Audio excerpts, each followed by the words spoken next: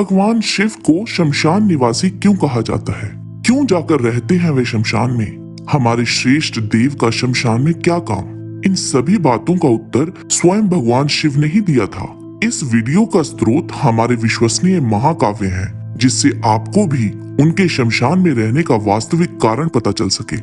महाभारत के अनुशासन पर्व अध्याय 141 में वर्णित एक वृतांत के अनुसार देवी उमा ने पूछा, भगवान, स्वर्ग लोक में अनेक प्रकार के सर्व गुण संपन्न निवास स्थान हैं, उन सबको छोड़कर आप शमशान भूमि में कैसे रमते हैं? शमशान भूमि तो केशों और हड्डियों से भरी रहती है। उस भयानक भूमि में मनुष्यों की खोपड़ियां और घड़े पड़े रहते हैं, गीधों और गीदड़ों की जमातें जुटी रहती हैं। वहाँ सब ओर चिताएं जला करती हैं, मांस, वसा और रक्त की कीच सी मची रहती है, बिखरी हुई आंतों वाली हड्डियों के ढेर पड़े रहते हैं। ऐसे अपवित्र स्थान में आप क्यों रहते हैं? श्री महेश्वर ने कहा, प्रिय, मैं पवित्र स्थान ढूंढने के लिए सदा सारी पृथ्वी पर दिन रात विचरता रहता हूँ, परंतु शमशान से बढ़कर दूसरा कोई पवित्रतर स्थान यहाँ मुझे नहीं दिखाई दे रहा है। इसीलिए संपूर्ण निवास स्थानों में से शमशान में ही मेरा मन अधिक रमता है। वह शमशान भूमि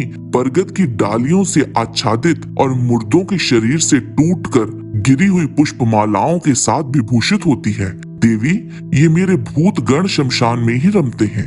इन भूत गणों के बिना मैं कहीं भी रह नहीं सकता। ये शमशान का निवास ही मैंने अपने लिए पवित्र और स्वर्गीय माना है। ये परम पुण्य स्थली है। पवित्र वस्तु की कामना रखने वाले उपासक इसी की उपासना करते हैं।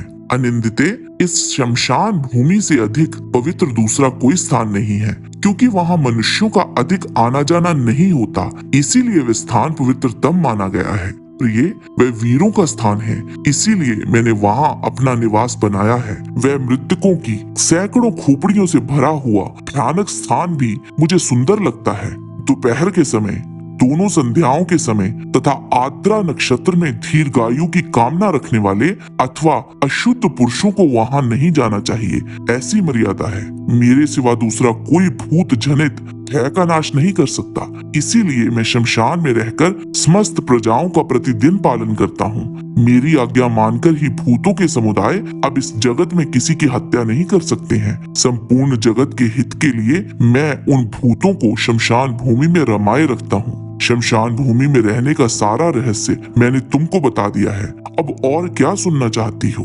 देवी उमा ने पूछा, भगवान, आपका रूप पिंगल, विकृत और भयानक प्रतीत होता है।